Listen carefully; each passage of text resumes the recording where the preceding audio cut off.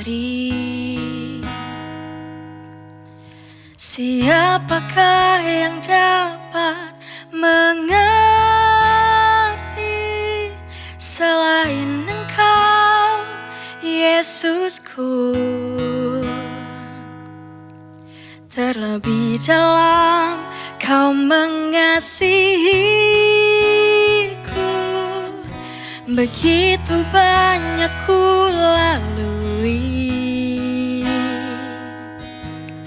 Namun ku tahu satu hal yang pasti, kemanakah ku harus berlari?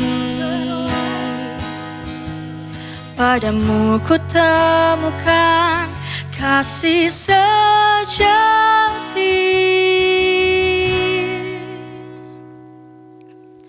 Tak ada yang dapat hentikan kasih-Mu, tak ada yang bisa gantikan cinta-Mu. Kuasa-Mu ajaib di hidupku, pertolongan-Mu sempurna atas hidupku. Dunia tak bisa gantikan kasih-Mu, pengorbanan-Mu bukti nyata cinta-Mu.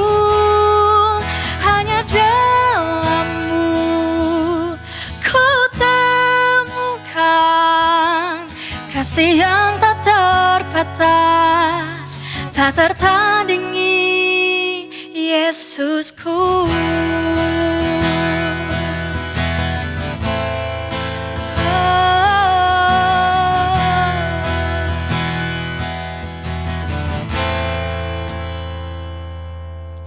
Kemana ku dapat mencari? Siapakah yang dapat mengerti selain Engkau, Yesusku? Terlebih dalam Kau mengasihiku, begitu banyak ku lalui. Namun ku tahu satu hal yang pasti, kemanakah ku harus berlari? Padamu ku temukan kasih sejati.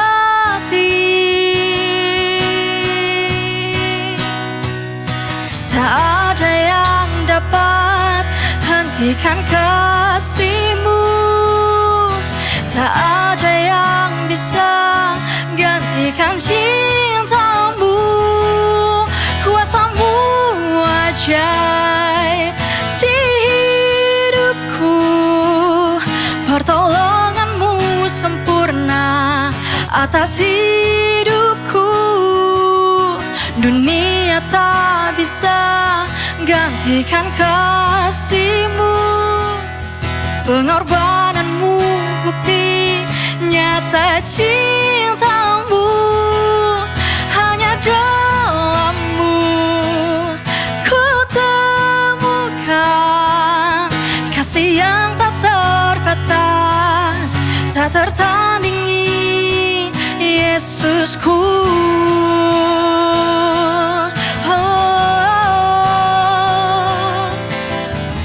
Kasih-Mu tak terbatas atas hidupku, Tuhan.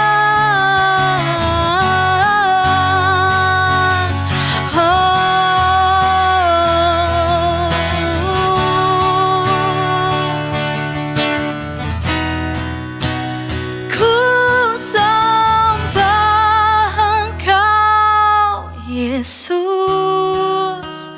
hanya Engkau, Allah di hidupku. Tiada yang lain, hanya Kau.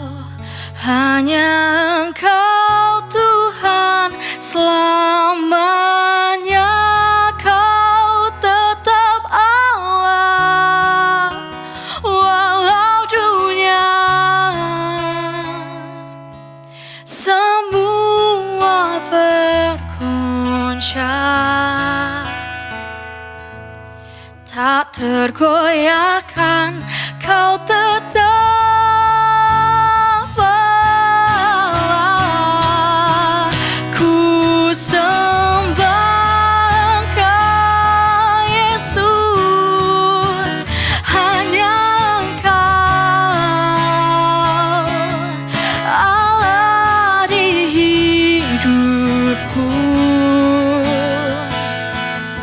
Tiada yang lain, hanya Kau, hanya Engkau Tuhan. Selamanya Kau tetap Allah, walau dunia semua bergoncang, tak tergoyahkan, Kau tetap Allah. Tak tergoyahkan, Kau tetap Allah. Tak tergoyahkan, Kau tetap Allah.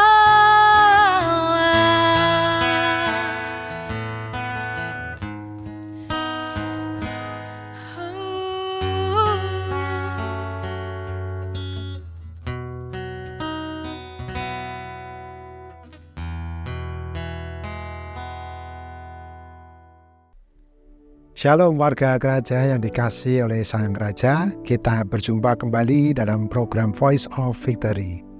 Kali ini tema kita adalah disiplin the mind, yang mana ayat temanya diambil dari 2 Korintus pasal 10 ayat 4-5. Saya akan mengajak kita semua membaca di ayat yang 5b dalam terjemahan sederhana Indonesia, yang bunyinya demikian. Kami juga mengalahkan semua pendapat yang menentang ajaran tentang Kristus, supaya pikiran orang lain ditundukkan dan menjadi taat kepadanya. Saudara, ada 2 kalimat yang saya minta untuk kita perhatikan, yaitu pertama, ajaran tentang Kristus, yang kedua adalah pikiran orang lain ditundukkan untuk taat kepada Kristus. Sesungguhnya sebagai murid Kristus, kita harus memiliki pikiran yang selaras dengan ajaran tentang Kristus. Pertanyaannya adalah, apa yang Kristus ajarkan ketika Ia ada di dunia ini? Jelas saudara, Tuhan Yesus mengajarkan tentang Injil Kerajaan Allah. Dan Injil Kerajaan Allah itu berbicara tentang Sang Raja dan bagaimana Sang Raja tersebut menjalankan pemerintahannya. Nah, kalau kita lihat bagaimana Tuhan Yesus berbicara tentang perumpamaan uang mina, maka di sana kita dapat menyaksikan bagaimana Tuhan sedang berbicara tentang raja, dia sebagai raja, dan tentang bagaimana dia menjalankan pemerintahannya. Saudara, ketika saya renungkan kisah ini dengan ayat tema kita tadi yang sudah kita baca, maka pengertian yang saya dapat adalah demikian, saudara. Jadi sang raja ini melihat bahwa hamba yang menghasilkan 10 mina tadi itu sudah bisa melakukan tanggung jawabnya ketika raja itu memberikan 1 mina kepada dia. Nah, mina ini saudara, kalau kita aplikasikan dalam kehidupan kita saat ini, itu bisa adalah merupakan satu anugerah keselamatan yang diberikan kepada kita. Jadi saya bisa melihat bahwa mina ini merupakan status baru kewarganegaraan yang diberikan oleh sang raja kepada kita. Kita diberikan status sebagai warga negara kerajaan Allah. Nah, pada waktu raja itu melihat bagaimana kita itu sudah bisa bertanggung jawab, terlibat aktif untuk menjadi warga negara kerajaan Allah yang baik, maka dia akan memberikan kita kekuasaan atas kota. Lebih lagi, saudara. Nah, apa sebetulnya tanggung jawab sebagai seorang warga negara kerajaan itu? Tanggung jawabnya adalah di mana kita diminta untuk hidup berpadanan sesuai dengan Injil Kristus. Itu perkataan daripada Rasul Paulus. Supaya kita ini memiliki gaya hidup yang layak disebut sebagai seorang yang memiliki warga negara kerajaan Allah. Nah, saudara, kerajaan Allah itu bukan terdiri dari perkataan tapi juga dari kuasa. Kuasa ini bukan hanya keluar tapi juga ke dalam. Kuasa keluar ini kita bisa menyembuhkan orang sakit, mengadakan mukjizat, bernubuat. Namun kalau kuasa ini hanya keluar saja, maka yang terjadi seperti tertulis dalam Matius pasal 7, Tuhan bisa menolak kita. Dikatakan di sana ada orang yang berseru, Tuhan bukankah sudah sudah mengadakan mukjizat demi namamu, bernubuat demi namamu, menyembuhkan orang sakit demi namamu. Tapi Tuhan berkata, hanyalah engkau pembuat kejahatan karena aku tidak mengenal engkau. Nah, kuasa ini sebenarnya kuasa juga ke dalam. Bagaimana kita diberi kemampuan ketika kita diberikan status warga negara kerajaan Allah yang baru, kita diberikan kuasa untuk kita bisa memiliki cara hidup, gaya hidup yang layak disebut sebagai seorang yang memiliki warga negara kerajaan Allah. Nah, Tuhan menghendaki supaya kita memberitakan Injil kerajaan Allah itu bukan hanya dengan perkataan, tapi juga dengan kita nunjukkan bahwa kita sudah gunakan kuasa itu untuk kita memiliki gaya hidup yang layak disebut sebagai seorang yang memiliki warga negara kerajaan Allah. Nah, hidup ini kan adalah peperangan, saudara. Peperangan itu ada di dalam pikiran. Pada waktu kita menyelaraskan pikiran kita ini dengan ajaran Kristus, maka kita baru bisa menundukkan pikiran orang lain untuk taat kepada Kristus. Nah, saudara, Paulus berkata, kami memiliki pikiran Kristus. Tentunya kita tidak bisa memiliki pikiran Kristus dengan kekuatan kita sendiri. Kita butuh Roh Kudus yang akan memampukan kita untuk memiliki pikiran Kristus. Sang Raja tadi memuji hamba yang menghasilkan 10 mina itu, dan dia berkata, terimalah kekuasaan atas 10 kota. Pengertian yang saya dapat, saudara, yang kita bisa aplikasikan di sini, kenapa Raja ini memberikan kuasa kepada hamba ini 10 kota? Karena Raja ini percaya kepada hamba ini, karena hamba ini sudah memiliki pikiran yang selaras dengan Sang Raja. Sedangkan hamba yang menghasilkan 5 mina, Sang Raja tidak mempermasalahkan kenapa hamba yang menghasilkan 5 ini tidak menghasilkan 10. Tidak, saudara. Karena ketaatan lebih penting daripada hasil. Ketaatan dan kesetiaan. Ketaatan dalam melakukan bukan karena takut hukuman, tapi karena kasih kepada Sang Raja.